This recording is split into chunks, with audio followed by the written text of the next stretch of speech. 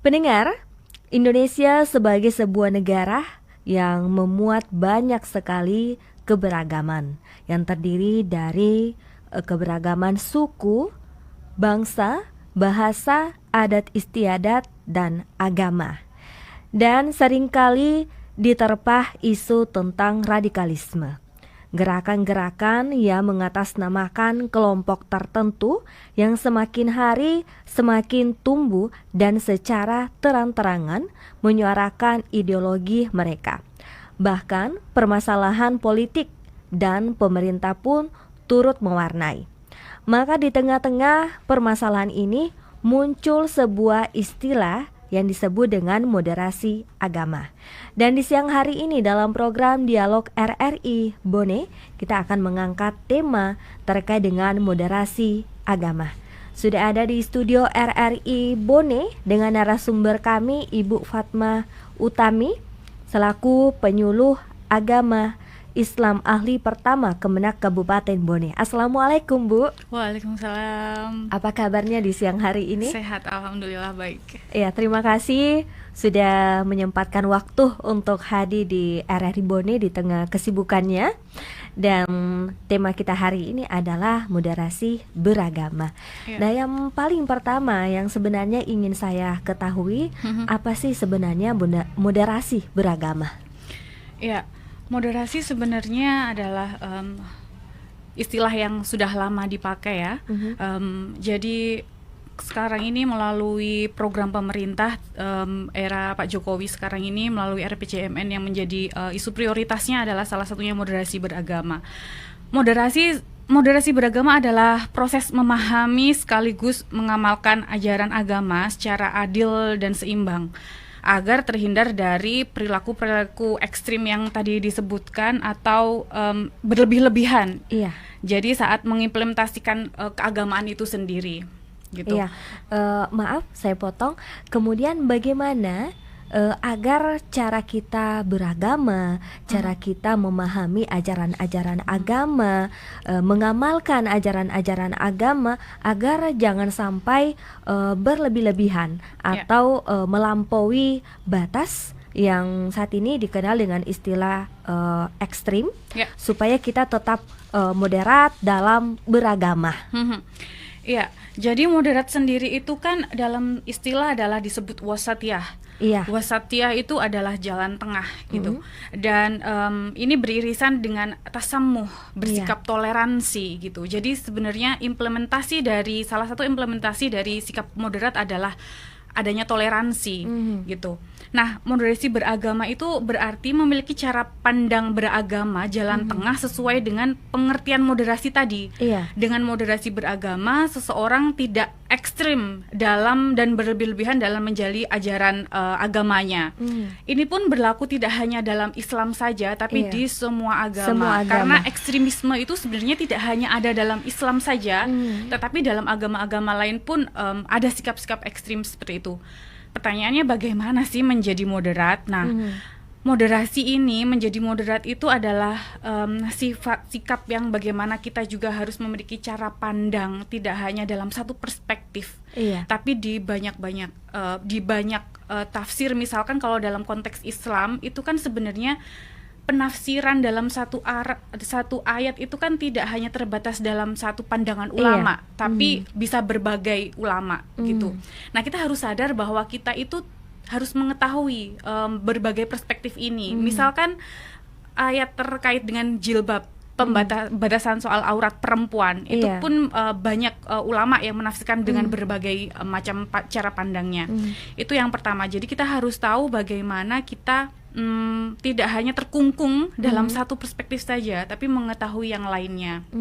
Yang kedua adalah kita harus kalau mengutip dari Pak Qurais, jadi kenapa pengetahuan itu penting? Karena menjadi jalan tengah itu tidak mungkin kita ketahui. Misalkan kita ada sekarang bertujuh di sini, bagaimana kita bisa tahu di antara tujuh ini mana yang tengah ketika tidak tahu tiga tambah 4 itu sama dengan 7. Ketika tengah-tengahnya itu kita tidak tahu di mana yang bagian tengah ini. Nah, satu-satunya jalan adalah kita mengetahui pandangan yang berbeda-beda, termasuk dengan agama yang berbeda-beda, Iya. atau kita juga tahu bahwa dalam agama sendiri ada banyak organisasi masyarakat dan aliran-aliran yang berbeda-beda gitu. Jadi Berbeda-beda bukan berarti sebuah penghalang untuk menjadi satu. ya Iya. betul. Kemudian Bu, apa batasannya bahwa suatu pemahaman dan pengalaman keagamaan sudah bisa dinilai berlebihan? Mungkin bisa dijelaskan juga contoh apa yang bisa dibilang perilaku berlebihan, ekstrim begitu Bu? Iya. Iya, apa sih contoh Iya. yang melanggar batasan moderasi itu? Iya. Ketika dalam sikap atau implementasi beragama itu telah melanggar batas kemanusiaan. Iya.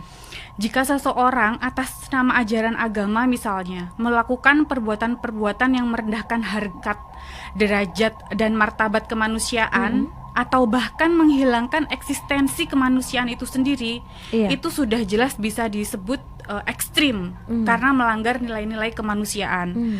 Misalkan dengan dalih jihad agama, seseorang meledakkan bom di tengah pasar atau puluhan bahkan ratusan orang tidak bersalah meninggal seketika. Iya. Nah, ini jelas tindakan Iya. yang ekstrim. Iya. Gitu. Mengatasnamakan agama ya. Iya.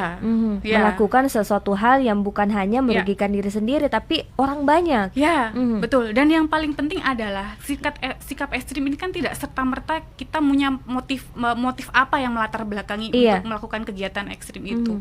Atau juga pada tahapan yang level paling rendah itu adalah ketika sikap ekstrim itu ditunjukkan melalui pelanggaran batasan kesepakatan bersama. Misalnya adalah seseorang atas nama ajaran agama melanggar butir-butir dalam Pancasila. Nah, kita kan mengetahui bahwa kesepakatan kita dalam berbangsa bernegara adalah Pancasila sebagai falsafah kita sebagai warga negara Indonesia.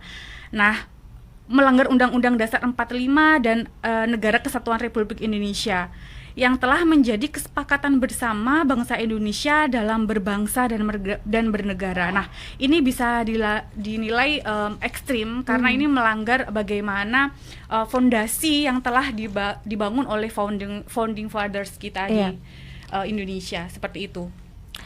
Kemudian kenapa moderasi beragama itu bisa dikatakan posisinya sangat penting khususnya untuk berkehidupan bermasyarakat paling bawah, belum kita berbicara soal negara, bangsa, ke masyarakat dulu. Apa posisinya dikatakan bahwa moderasi beragama itu sangatlah penting? Iya, kita tahu dengan latar kita berbagai background keagamaan, ya itu kita tahulah bagaimana suku bangsa, ya pluralnya negara Iya. ini. Tantangan kita di negara yang sangat plural, salah satunya adalah bagaimana kita menjaga agar kita bisa hidup berdampingan, kita bisa bekerja sama, kita bisa leluasa membuat konten, syiar Islam, bekerja pada bidang kita masing-masing, memberikan kontribusi terhadap bangsa negara kita. Dan ini salah satu menurut saya wasatiyah this only choices ya untuk dalam perspektif kita, dalam bisa supaya di tengah keragaman ini kita bisa menjadikan rumah ini bisa menjadi rumah dengan berbagai latar background kita masing-masing begitu. Nabi pun juga yang dilakukan Nabi itu sejalan dengan perintah Allah yang mengecam bahwa sikap ekstrim di semua dimensi hidup gitu, dalam ibadah, ritual kita dilarang gulu atau segala hal yang berlebihan. Nah, ini ada dalam An-Nisa ayat 171, dan dalam muamalah dilarang keras untuk israf atau melampaui batas. Nah, berlebih-lebihan. Ini adalah pentingnya bahwa bukan hanya terkait soal bangsa dan negara, tapi sebenarnya dengan bagaimana kita bertetangga, bagaimana kita berelasi dalam keluarga. Nah, itu menjadi penting karena pondasi itu ditopang dari lingkup terkecil kita. Begitu. Bagaimana kita tidak suudzon terhadap yang lain, kita bisa berkomunikasi dan berdialog seperti ini misalnya. Nah, ini penting sekali ketika kita open mind, tidak ekstrim dan tidak menjudge satu sama lain, menghukumi satu sama lain. Satu agama saja, satu suku saja, saat kita bertetangga tidak menuntut kemungkinan akan terjadinya konflik. Apalagi jika berbeda agama dan suku. Iya. Iya, dalam kehidupan bertetangga. Nah, bagaimana Ibu menanggapi perbedaan yang ada di dalam lingkungan bertetangga? Iya. Bagaimana menumbuhkan rasa toleransi, kemudian tanpa adanya sekat ataukah perbedaan di Iya. antara bertetangga? Ya, saya kira terkait ini ketika terjadi adanya konflik atas perbedaan itu sangat wajar sekali. Bahkan konflik itu adalah sesuatu hal yang natural sebenarnya. Iya. Dengan adanya konflik adalah indikator bahwa kita mulai menjalin kedekatan. Tetapi persoalannya adalah bagaimana manajemen konflik tersebut selama tidak pada batas kekerasan ya. Tentu saja karena kalau sudah kekerasan itu adalah ranah kriminal. Iya, Kriminal, betul. Jadi manajemen konflik ini yang penting ketika kita betul-betul open dan tidak satu sama lain saling menghakimi.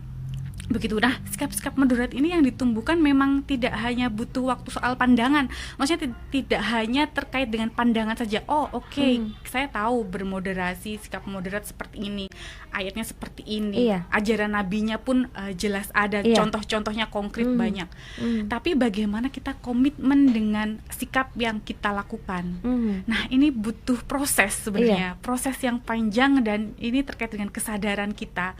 Nah, jadi kalau misalkan ada satu konflik yang dihadapi, ya diselesaikan dengan cara dialog. Itu adalah alternatif dan solusi paling penting. Iya. Gitu. Jangan terus kita bisik-bisik di belakang, silent treatment, dengan memusuhi, dipendam. Itu suatu saat menjadi bom waktu yang bisa meledak kapanpun. Dan ini menjadi konflik yang akan lebih krusial lagi. Iya, intinya komunikasi yang harus tetap dialog. Dialog komunikasi yang harus tetap baik antar bertetangga. Sebenarnya apakah sama ataukah beda moderasi beragama dengan moderasi agama?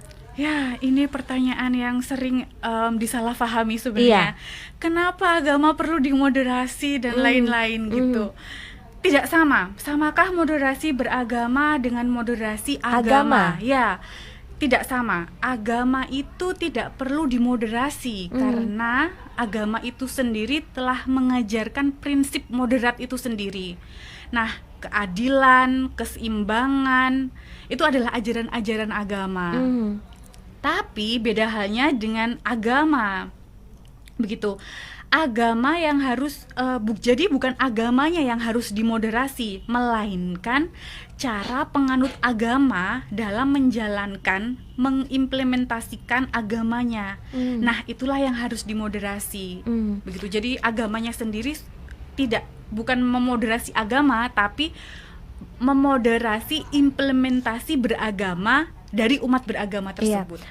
Tapi banyak masyarakat yang masih belum paham apakah saat kita menjadi moderat berarti tidak bersungguh-sungguh dalam menjalankan ajaran agama, agama yang kita anut. Perlu kita pisahkan istilah-istilah yang membuat kita rancu atau multi tafsir.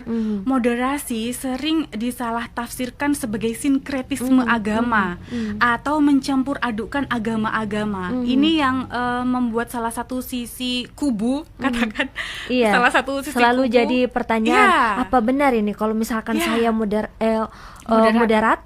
Apakah saya tidak merancu dalam agama? Apakah saya tidak melanggar ajaran agama saya? Jadi moderasi beragama beda dengan sinkretisme agama gitu.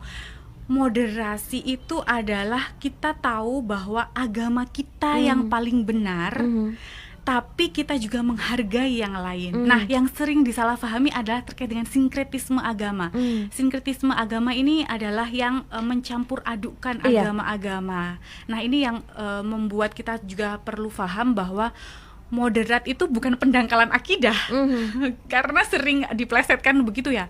Banyak sekali narasi di sosial media, Twitter, Instagram, Facebook misalnya, bahwa moderat ini adalah produk pemerintah produk barat, yang kiranya ini adalah mencampur adukan agama-agama dan pendangkalan akidah. Nah, itu narasi yang berkembang. Tapi sebenarnya ini adalah bagian dari tantangan kita sendiri dalam menyuarakan moderasi itu. Iya. Gitu.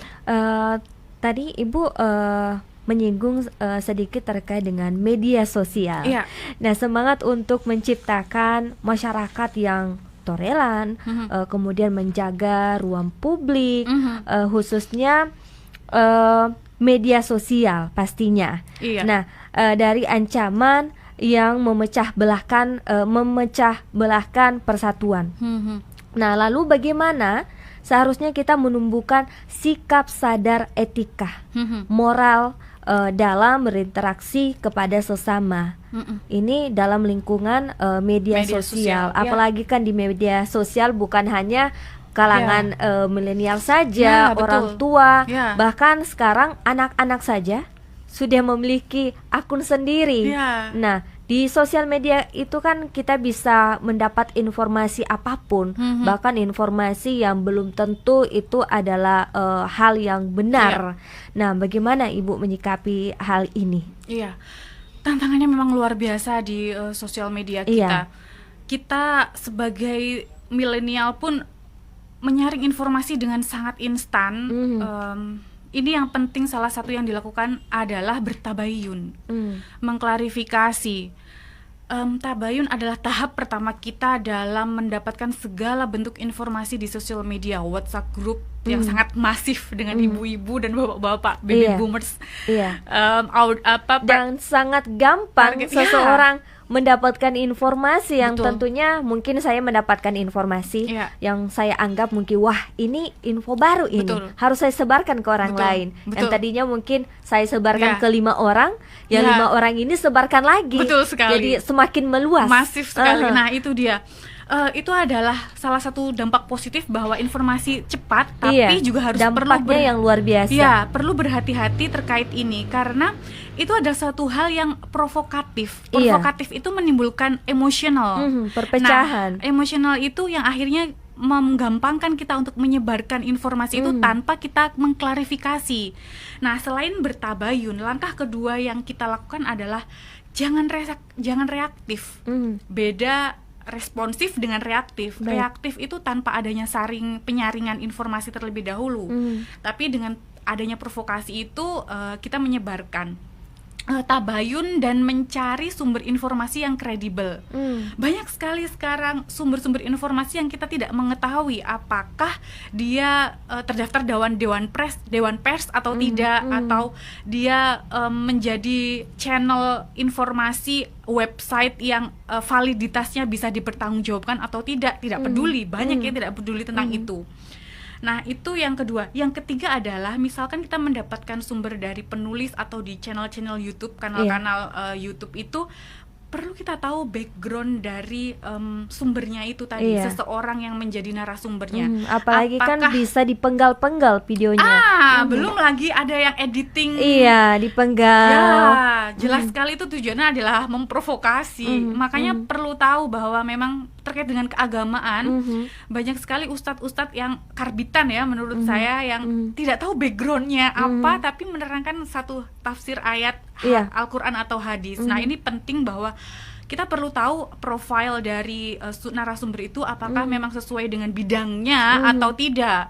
Kita tahu menafsirkan ayat Al-Quran dan hadis itu perlu studi yang sangat lama. Metodenya pun sangat beragam. Nah, kalau kita lihat dia backgroundnya tata boga atau teknik, ya itu jelas kita perlu pertanyakan untuk mengambil referensinya. Tapi yang mengatasnamakan agama, ini yang kayaknya sangat sensitif. Seperti Ibu yang katakan tadi bahwa banyak yang saat ini memanfaatkan media sosial dengan mengatasnamakan backgroundnya agama, tapi melakukan hal-hal yang keliru, yang meleset.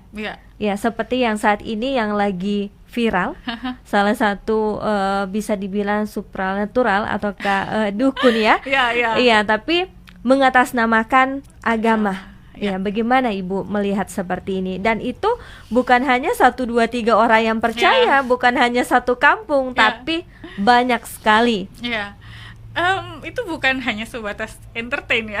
Kalau saya menanggapi seperti itu tidak akan menjadikan landasan ya. Saya kira masyarakat sekarang itu cukup cerdas bahwa kita tahu merujuk kemana, kepada siapa dan bagaimana. Tapi tantangannya memang itu tadi. Bagaimana kita memfilter, bagaimana kita menjadikan landasan perspektif seseorang dalam kehidupan keberagaman kita. Ya, saya kira jangan terlalu serius dan jangan juga terlalu menjadikan sesuatu hal yang berbau agama itu menjadi hal yang selalu untuk debatable. Begitu, kita paham bahwa masing-masing kita punya keyakinan ya. Kita tidak bisa membatasi orang atau kita juga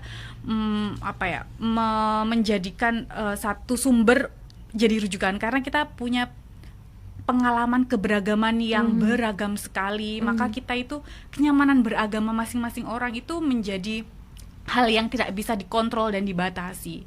Begitu. Kalau hal yang semacam itu ya balik lagi bahwa harus lebih bijak dan lebih cerdas menggunakan media sosial. Dan saya kira perlu objektif juga. Jangan kita memberikan sekat pemahaman keagamaan kita hanya dalam satu pandangan. Kita harus mencari banyak referensi. Makanya itu, mau moderat ya kita harus tahu bagaimana jalan di tengah gitu, dengan mengetahui beragam perspektif keagamaan yang ada dalam yang kita terima gitu. Sosial media menjadi hal yang memiliki tantangan luar biasa, tapi sekaligus juga memberikan peluang yang besar bagi kita. Seperti ini misalkan bisa diakses oleh berbagai kalangan, terutama teman-teman generasi milenial, Gen Z yang sekarang menjadi, kalau data statistik kita menunjukkan bahwa milenial dan Gen Z itu menempati kedua dalam jumlah penduduk kita.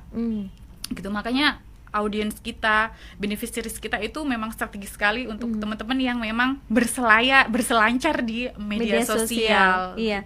Dan itu yang paling penting, bagaimana menumbuhkan rasa sadar etika, moral kepada milenial.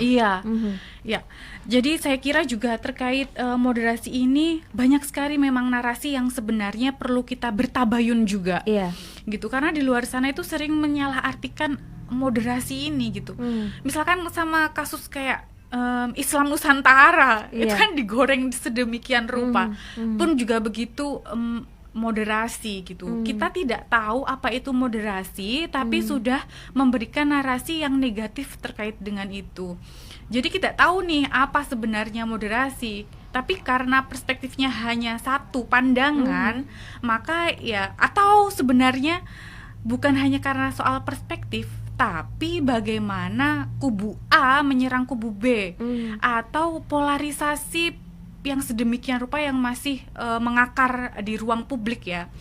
Karena agama itu sebenarnya adalah barang, sesuatu yang menjadi sangat strategis untuk pengerahan massa. Kita tahu ya, sebenarnya tidak ada masalah soal bagaimana keberagamaan seseorang, tapi kadang kita berhadapan dengan politisasi agama. Ini yang apalagi sekarang kita berhadapan dengan 2024, tantangannya luar biasa sekali. Jangan sampai kita menjadikan kejadian yang sudah lewat itu terulang kembali. Iya. Baik, kita tahan dulu dialog kita di siang hari ini. Dan untuk Anda pendengar yang ingin berpartisipasi bersama kami, silahkan Anda nantinya dapat bergabung bersama kami di layanan telepon 081341311131. Kami ulangi lagi di layanan telepon 081341311131, dan juga silahkan Anda dapat mengirimkan pesan singkat pertanyaan Anda di siaran langsung Facebook LPP RRI Bone. Jadi nama Facebooknya di LPP RRI Bone. Kami akan kembali menemani Anda tentunya setelah jeda berikut ini. Jalan Ahmad Yani nomor 1. Anda masih mendengarkan RRI Bone.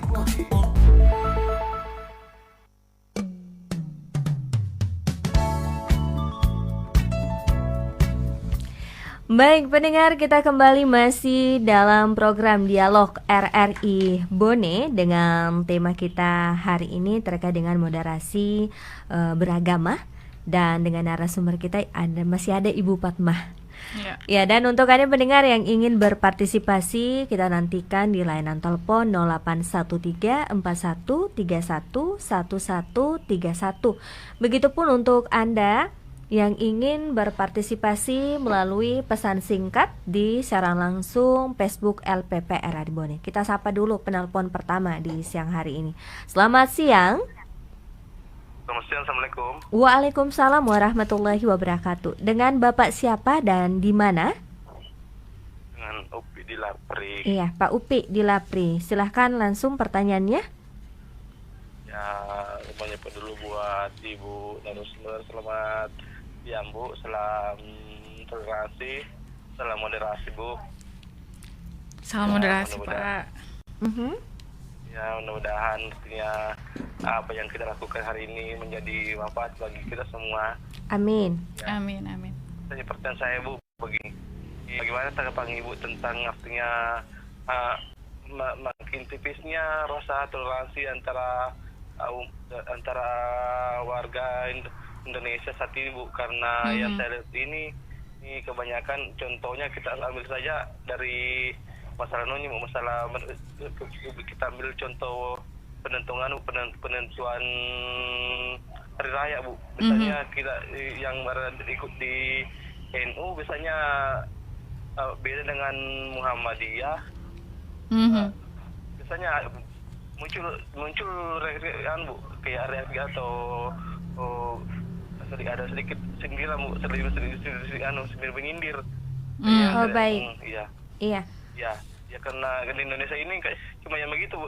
Di Indonesia ini cuma Indonesia yang punya dua hari raya, Bu. Iya, baik. Terima kasih Pak Rehan pertanyaannya. Iya, makasih, Bu. Saya sama moderasi. Iya, salam rukun, Pak. Iya. Terima kasih banyak untuk penelpon kita. Ada Pak Upi yang berada di Lapri.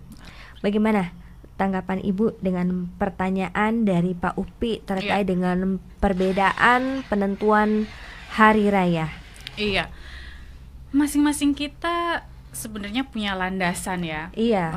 Tidak hanya soal NU Muhammadiyah terkait perbedaan hari raya, perbedaan mengucapkan selamat hari Natal misalnya, itu menjadi agenda tahunan yang berpola, yang selalu menjadi konflik di grassroots. Iya. Saya kira berbeda itu menjadi hal yang sunatullah ya. Kita masing-masing punya landasan.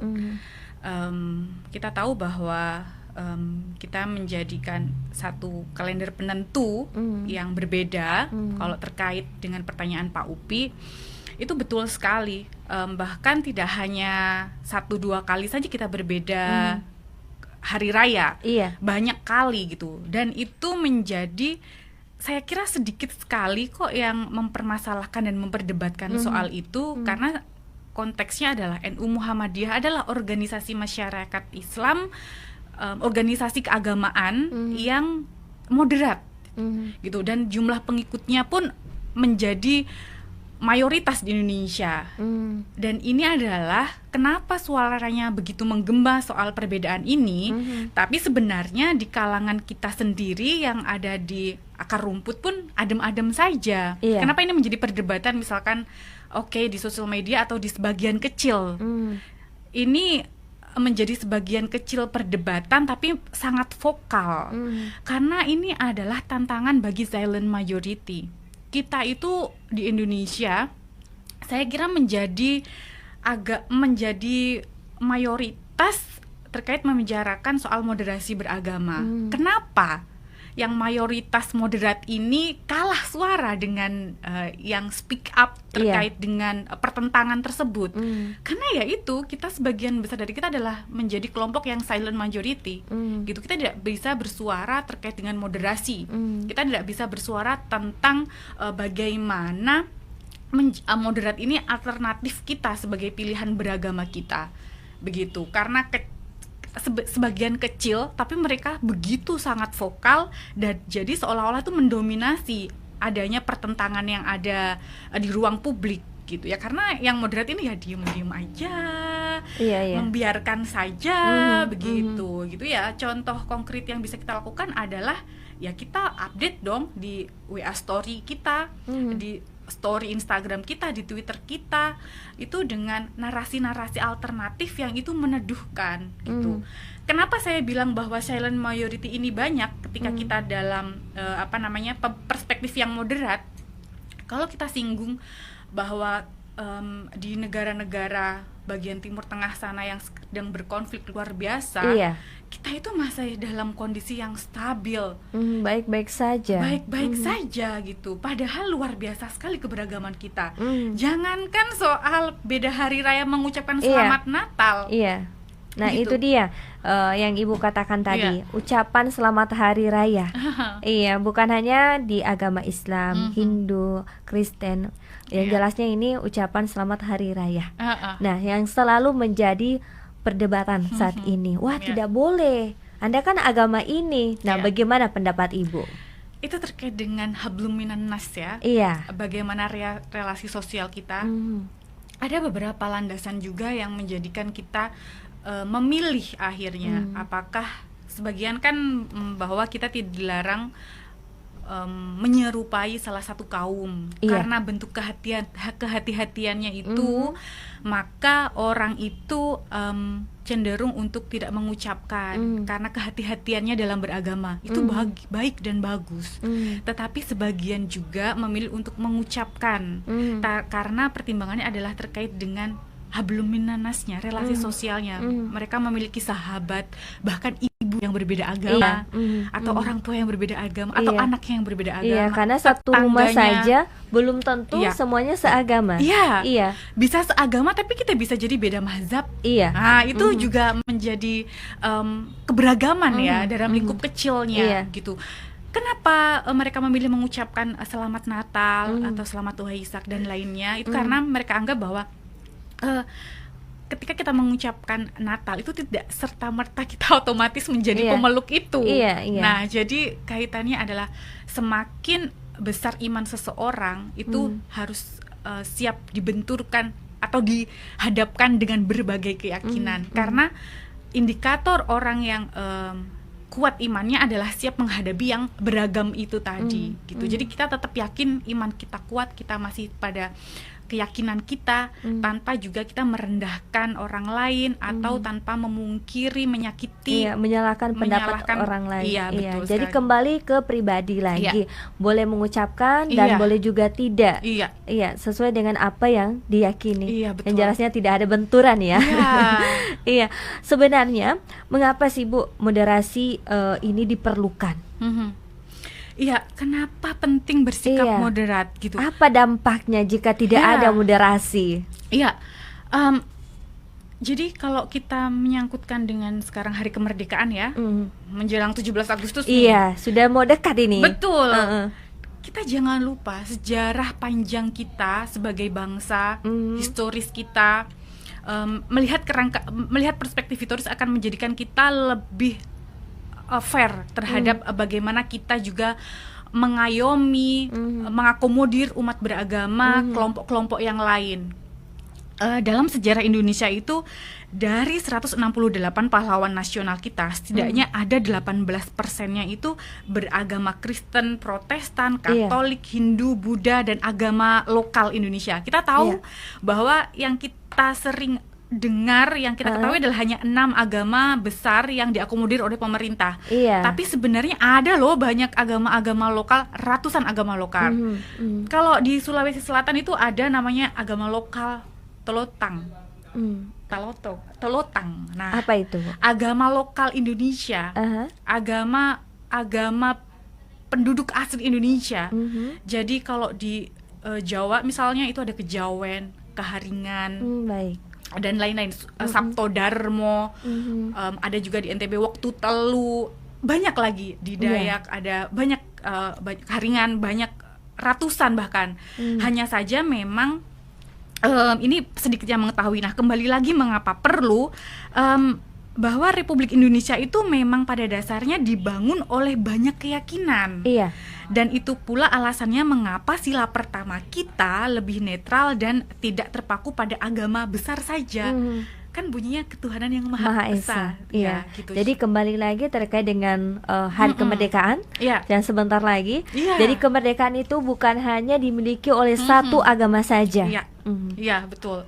Dan dampaknya kenapa moderasi ini perlu? Iya. Moderasi beragama itu diperlukan karena sikap ekstrem dalam beragama itu tidak sesuai dengan esensi ajaran agama itu sendiri. Dan perilaku ekstrim atas nama agama juga sering mengakibatkan lahirnya konflik. Iya. Bukan hanya konflik horizontal, tapi konflik dalam eskalasi besar ya, gitu, sampai tataran elitis. Nah, rasa benci juga ditimbulkan atas sikap-sikap ekstrim. Bagaimana dong kalau kita merasa paling benar sendiri? Iya. Nah, ini yang selalu menimbulkan konflik. Iya, akhirnya terprovokasi. Ya, terprovokasi, Iya. betul Iya. sekali. Dan intoleransi, bahkan peperangan yang memusnahkan peradaban. Sikap-sikap seperti itu yang perlu dimoderasi. Selalu wah saya yang paling benar. Pokoknya apa yang tadi saya jelaskan itu yang benar. Iya. Iya. Kasus Timur Tengah yang saat ini dipimpin oleh Taliban, menurut saya menjadi tantangan umat Islam bahwa Islam itu jangan banyak ya yang beberapa belahan dunia yang mengalami Islamophobia atas beberapa kasus konflik yang berbasis keagamaan atau yang mengatasnamakan agama di Timur Tengah. Ya, itu kasusnya adalah bagaimana sikap ekstrim itu menunjukkan bahwa itu adalah bukan pilihan alternatif kita dalam beragama. Berapa ratus situs peradaban di sana yang hancur, betapa sekarang di sana perempuan dibatasi oleh paham-paham keagamaan yang ekstrim, menghalalkan segala cara atas nama agama untuk perbuatan-perbuatan ya, dengan kekerasan, bermotif kekerasan. Itu menurut saya adalah ya satu-satunya opsi adalah moderat, bersikap moderat. Tidak hanya beragama, bagaimana kita pilihan politik, berhadapan dengan banyaknya organisasi kemasyarakatan, pilihan perspektif pandangan hidup, ideologi, dan lain-lain. Ya, jadi sikap ekstrim itu sangat buruk. Jadi hal-hal yang berlebihan. Ya, itu disintegrasi bangsa adalah salah satu yang akan menjadi resiko terbesar kita ketika kita tidak menjadi moderat. Gitu. Perpecahan dimanapun, ya tidak ada kehidupan yang bisa kita jadikan. Nah, Indonesia menurut saya adalah menjadi role model bagaimana kehidupan beragama dan bernegara itu selaras. Nah, ini dia.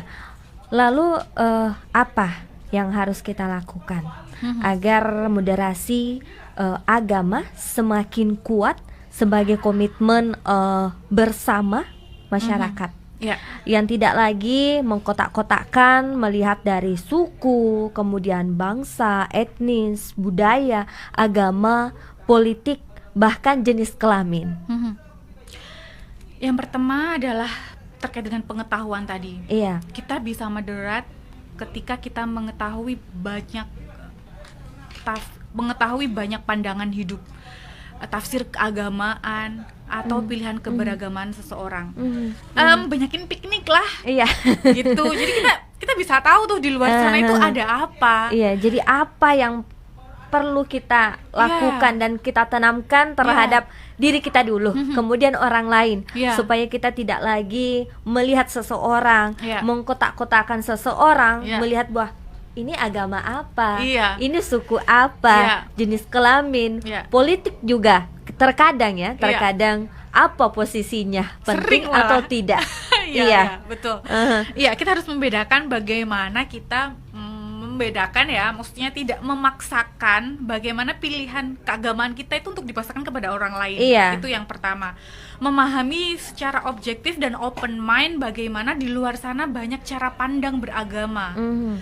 Dan itu menjadikan kita memiliki kepekaan dan empati bahwa di luar sana itu tidak hanya pilihan kita saja loh yang menjadi pandangan hidup beragama. Iya, baik. Gitu. Selain rasa empati, rasa peduli, apalagi yang perlu kita tanamkan? Pengetahuan.